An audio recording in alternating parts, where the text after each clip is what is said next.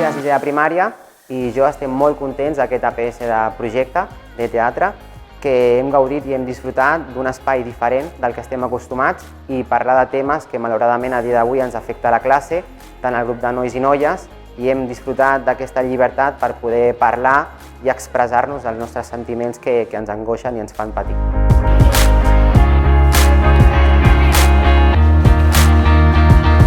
És tímida i poc competitiva. A la classe la critiquen molt pel seu cos, per com vesteix i també perquè li agrada molt jugar a bàsquet i a futbol.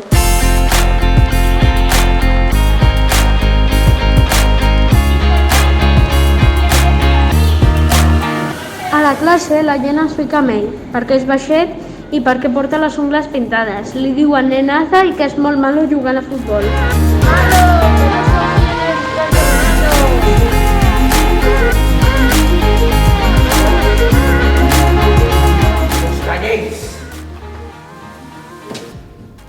¿Cuántos de vosotros sabéis hacer multiplicación?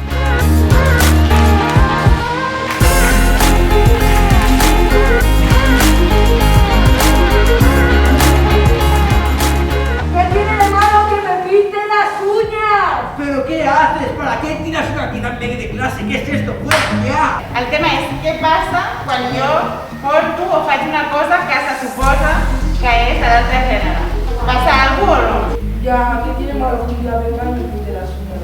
O sigui que ens fiquem amb ell dient, ostres, és femení, i ser femení és ser com una dona, i ser una dona és pitjor. 3, 2, El projecte de PESA amb sisè de primària ens ha permès treballar la cohesió de grup, l'escolta, el treball col·laboratiu i des d'aquí hem vist com ens impactem les unes amb les altres i com a vegades ens fem mal. I si no ens reconeixem i no reconeixem el mal que fem, és impossible que empatitzem i que les coses canviïn i això és el que hem estat treballant.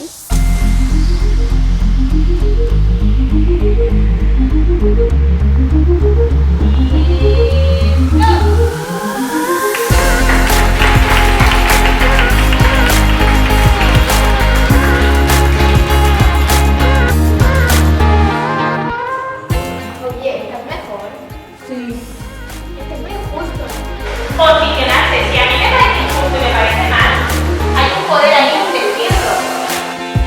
¿Qué os creéis vosotros para decir lo que podemos hacer y lo que no podemos? No hay un consenso y por eso también esta obra, porque son cosas que tenemos que seguir consensuando, hablando, debatiendo y que podemos tener diferentes posiciones. Imagina que cada vegada que et fiquis amb algú és com si clavessis un clau a una porta.